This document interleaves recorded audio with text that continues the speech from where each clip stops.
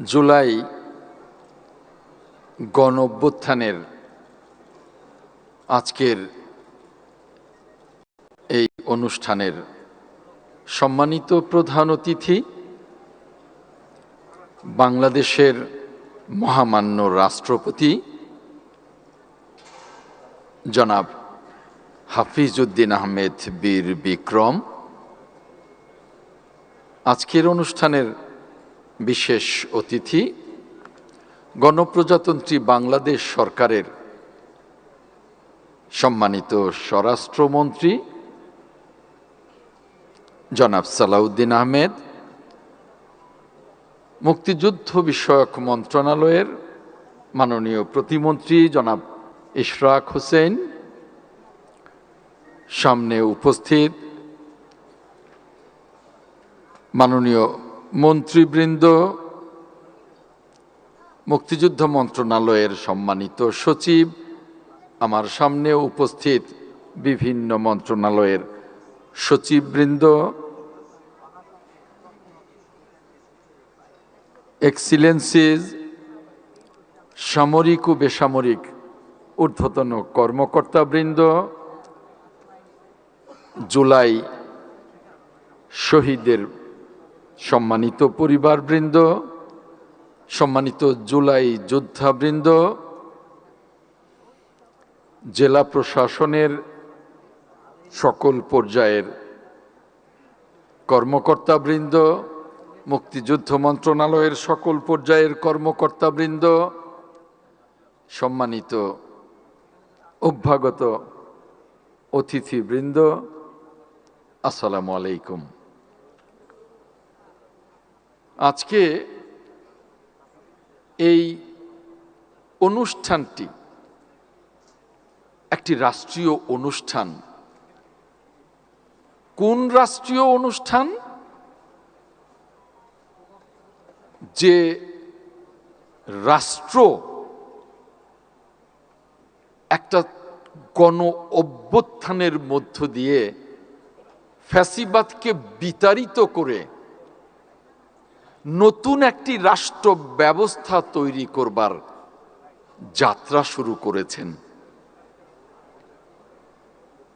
সেরকম সেই নবযাত্রার, সেই অভ্যুত্থানের পরিবর্তিত রাষ্ট্র ব্যবস্থার উপরে দাঁড়িয়ে সেই রাষ্ট্রীয় অনুষ্ঠান, আমরা রাষ্ট্রীয় অনুষ্ঠান, দলীয় অনুষ্ঠান,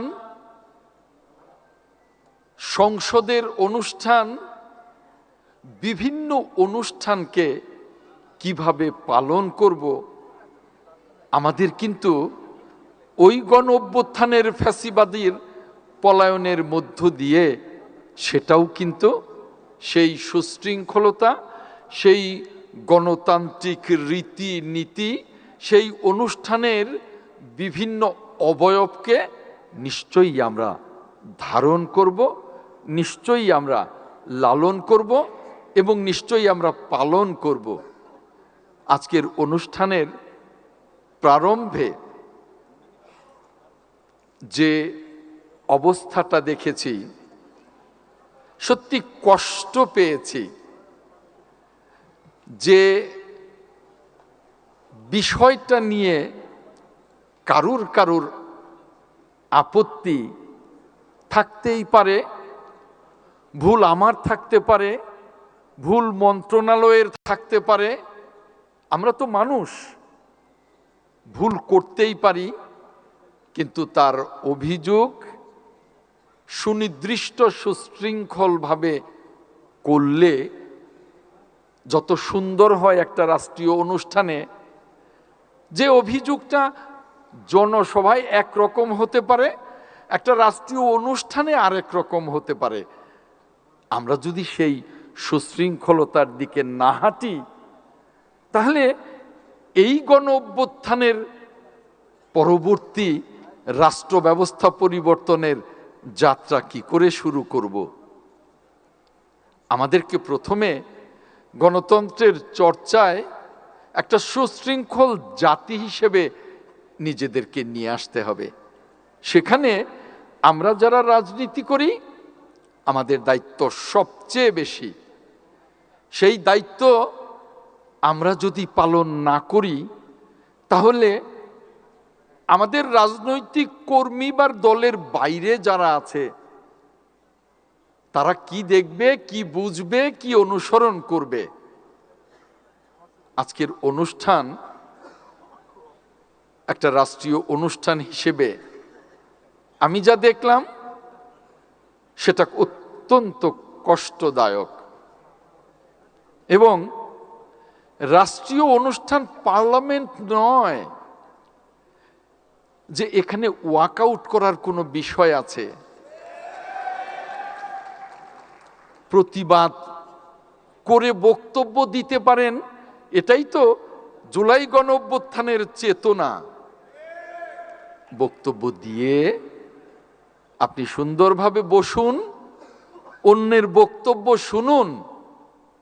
তা না করে যেমনি মেঠু বক্তৃতায় বা বিভিন্ন জায়গায় এখন যে ধরনের জনসভায় অশ্রাব্য গালিগালাজ হচ্ছে, এটা যেমন রাজনীতি নয়, এটা যেমন গণতান্ত্রিক কর্মকাণ্ডের মধ্যে পড়ে না, এটা যেমন একটা অভ্যুত্থান পরবর্তী রাষ্ট্র ব্যবস্থায় গণতান্ত্রিক চর্চায় যায় না, সভ্য রাজনীতিতে যায় না, ঠিক তেমনি রাষ্ট্রীয় অনুষ্ঠানে এ ধরনের উচ্ছৃঙ্খলতা কোনো সভ্য সমাজে যায় না। ভুল হতে পারে, আমার হতে পারে, মন্ত্রণালয় হতে পারে, আপনার হতে পারে। সেই ভুলগুলো আমরা সকলে মিলে তো সংশোধন করব। সেই ভুলগুলো সংশোধন করবার জন্য সুযোগ দিতে হবে, বলতে হবে, উচ্ছৃঙ্খলতা করে নয়। এটাই আমাদের আগামী দিনে খুব শক্ত করে শিখতে হবে, শক্ত করে চর্চা করতে হবে। আমি বেশ কদিন যাবৎ এই মেঠু বক্তৃতায় দেখছি বিভিন্ন জায়গায় রাজনীতির নামে, গণতান্ত্রিক স্বাধীনতার নামে অশ্রাব্য গালিগালাজ হচ্ছে। এটা কিন্তু গণতন্ত্র না, ওটা কিন্তু গণতন্ত্রের স্বাধীনতা না। যেমনি আপনার বাড়িতে বসে আপনি যখন একটা গানের অনুষ্ঠান করবেন, মাইক দিয়ে পাশের বাসায় রাত্রি 12টায় ডিস্টার্ব করাটা আপনার স্বাধীনতা না। আপনার স্বাধীনতা আপনার বাড়িতে মাইক ছাড়া নিজেরা সারা রাত গান শুনুন, অন্যকে ডিস্টার্ব করা স্বাধীনতা না। ঠিক তেমনি কতটুকু গণতন্ত্র মানেই অবারিত স্বাধীনতা, যাকে যা খুশি তাই বলা, এটাও কিন্তু গণতন্ত্রের চর্চা না। সেটা বুঝতে হবে। সেটা যদি আমরা না বুঝি, সেটা যদি আমরা সেভাবে চর্চা না করি, তাহলে আমাদের এই জুলাই গণঅভ্যুত্থানের চেতনা তো লুণ্ঠিত হবে, ভুলুণ্ঠিত হবে। এটা আমাদের বুঝতে হবে। আমাদের অনেকে বলেছেন, আমার এক শহীদ জননী বলেছেন, আরো অনেকে বলেছেন, আমরা এখনো কিছুই, এখনো এই পেলাম না, এখনো ওই পেলাম না, এখনো বিচার হলো না। সত্য বলেছেন, একমত। এখনো অনেক কিছু পাননি, এখনো বিচার হয়নি। কিন্তু গণঅভ্যুত্থানের পর এই সরকার, মাননীয় প্রধানমন্ত্রী জনাব তারেক রহমানের সরকার কত বছর ক্ষমতায়, কত যুগ ক্ষমতায়? মাত্র 5 মাস। এটা বুঝতে হবে আপনাকে।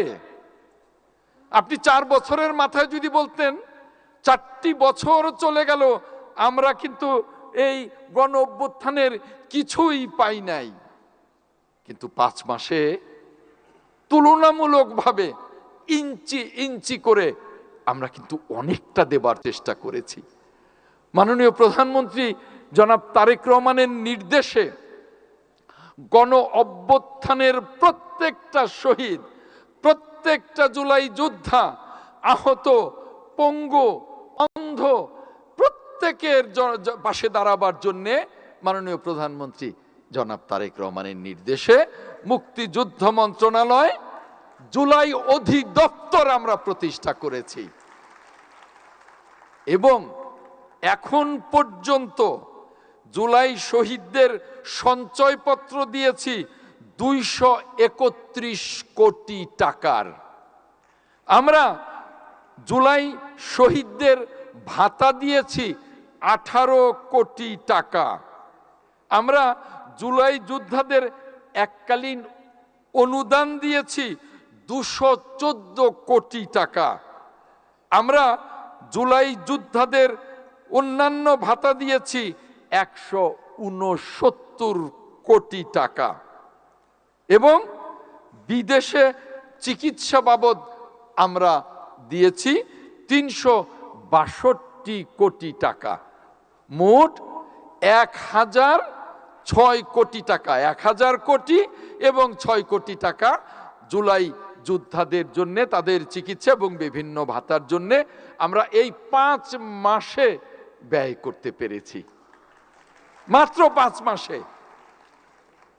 আমাকে অনেকে এখানেও বলেছেন, আমাকে বাইরেও বলেন, অনেক জুলাই যোদ্ধা আছে যারা এখনো গেজেটভুক্ত হননি, বন্ধ করে দেয়া হয়েছে। কারা বন্ধ করেছে? আমরা বন্ধ করি নাই। জনাব তারেক রহমানের সরকার বন্ধ করে নাই। আমি এই মন্ত্রণালয়ের দায়িত্ব নিয়ে প্রথম সভায় বলেছি অনেক জুলাই যোদ্ধা গেজেটভুক্ত হয়নি, ওপেন করে দিলাম জুলাই যোদ্ধারা গেজেটভুক্ত হবেন। কেন বন্ধ হয়েছিল, কোন উদ্দেশ্যে জানি না, আমি আপনাদের বলছি।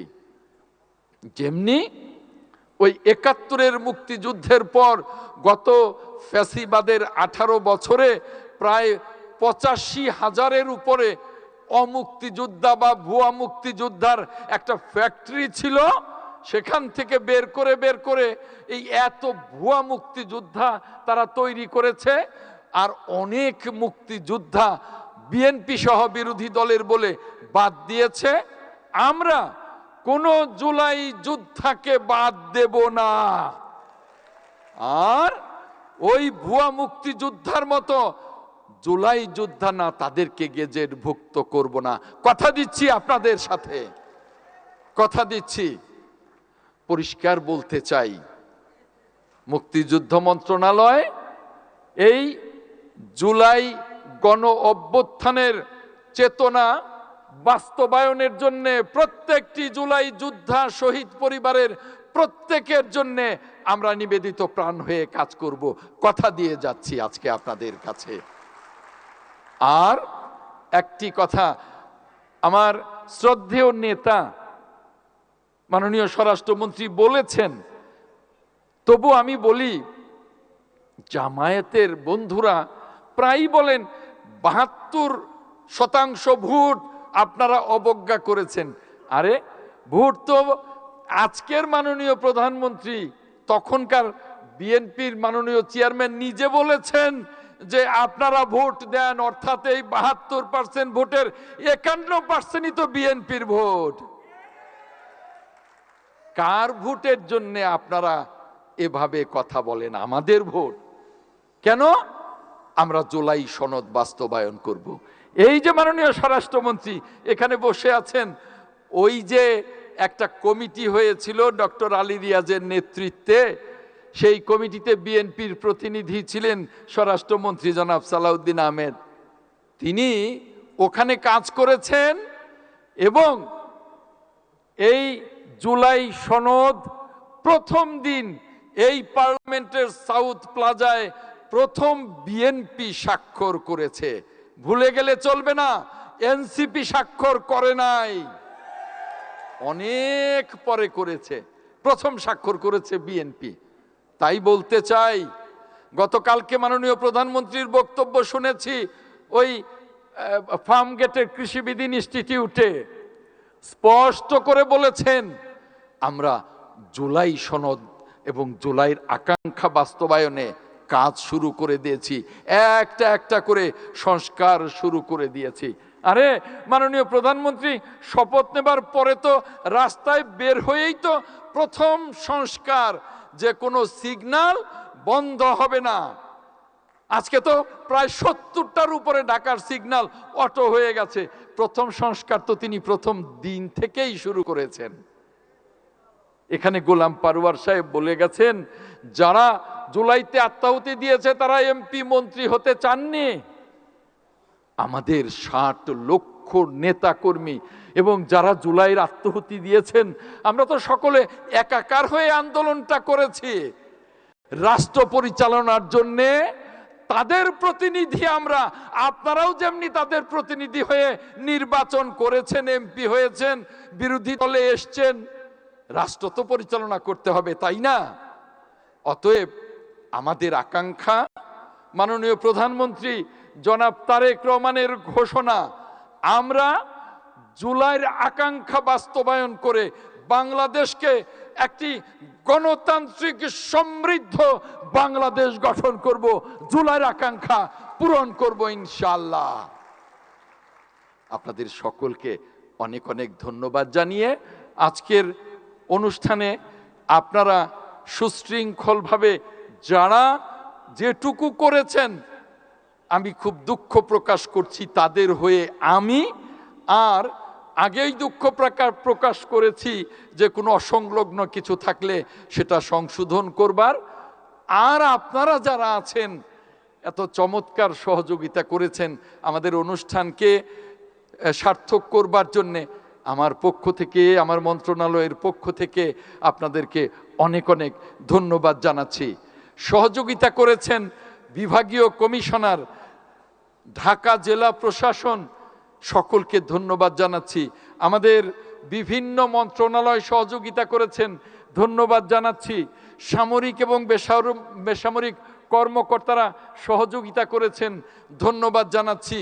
আমি আপনাদের সকলকে ধন্যবাদ জানিয়ে আগামী দিনে আসুন আমরা সকলে মাননীয় প্রধানমন্ত্রী জনাব তারেক রহমানের নেতৃত্বে এগিয়ে যাই একটি সমৃদ্ধ বাংলাদেশ গঠনে, জুলাইয়ের আকাঙ্ক্ষা বাস্তবায়নে।